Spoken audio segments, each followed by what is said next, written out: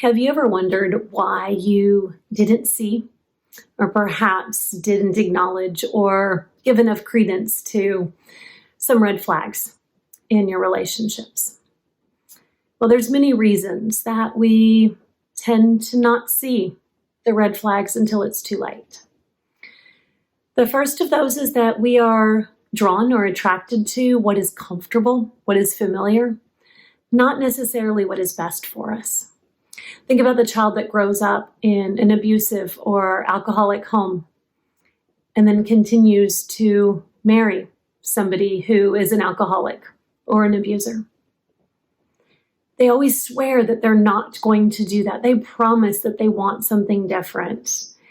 They are aware of this pattern, yet they're still drawn to it. Not because they like it, not because they want it, but because it's comfortable. It's familiar.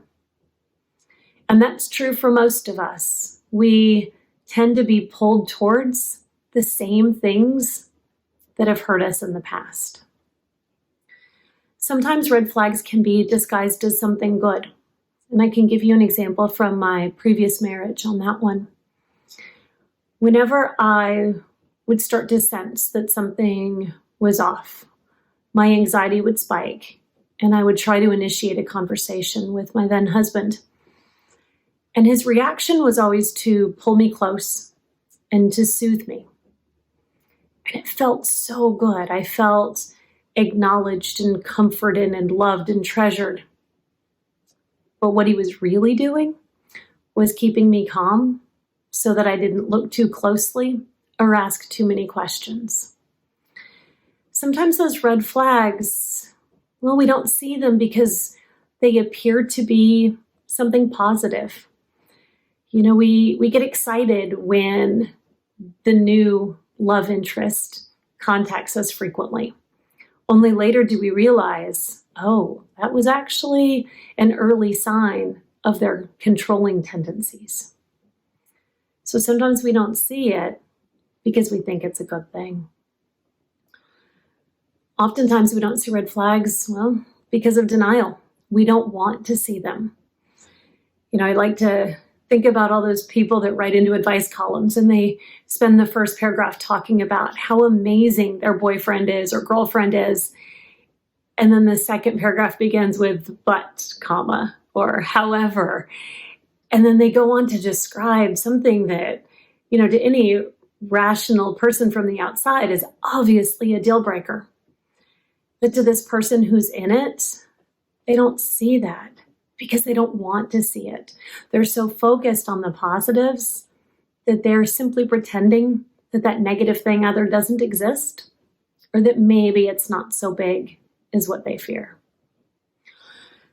Sometimes it's not so much that we don't see the red flag, it's that we fail to really acknowledge it.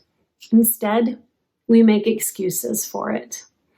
We explain away the behavior. We pass it off as something temporary or something fixable or attribute it to some external factor.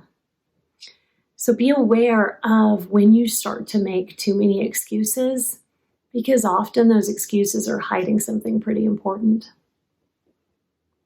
So how do you get better at seeing red flags?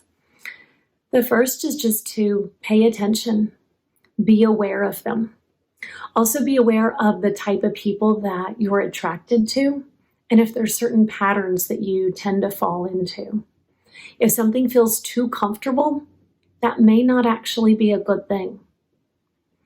Pay attention to your gut. It's amazing how often we say one thing, but yet our body is telling us something differently. So if your body is screaming, it might be worth a listen. Pay attention to what your friends and family say. You know, yes, there are going to be times that they are off-based, but if they're all telling you something or they're all telling you something similar, it may be worth listening to them. Perhaps they're seeing something that you're not. And ultimately what it comes down to is believing in yourself, trusting yourself, being okay with being alone, being okay with calling out red flags, being okay with setting boundaries with somebody, being okay with making somebody upset. If you're not okay with those things, you're not going to see those red flags. It's more important that you're with the right person than that you're with a person.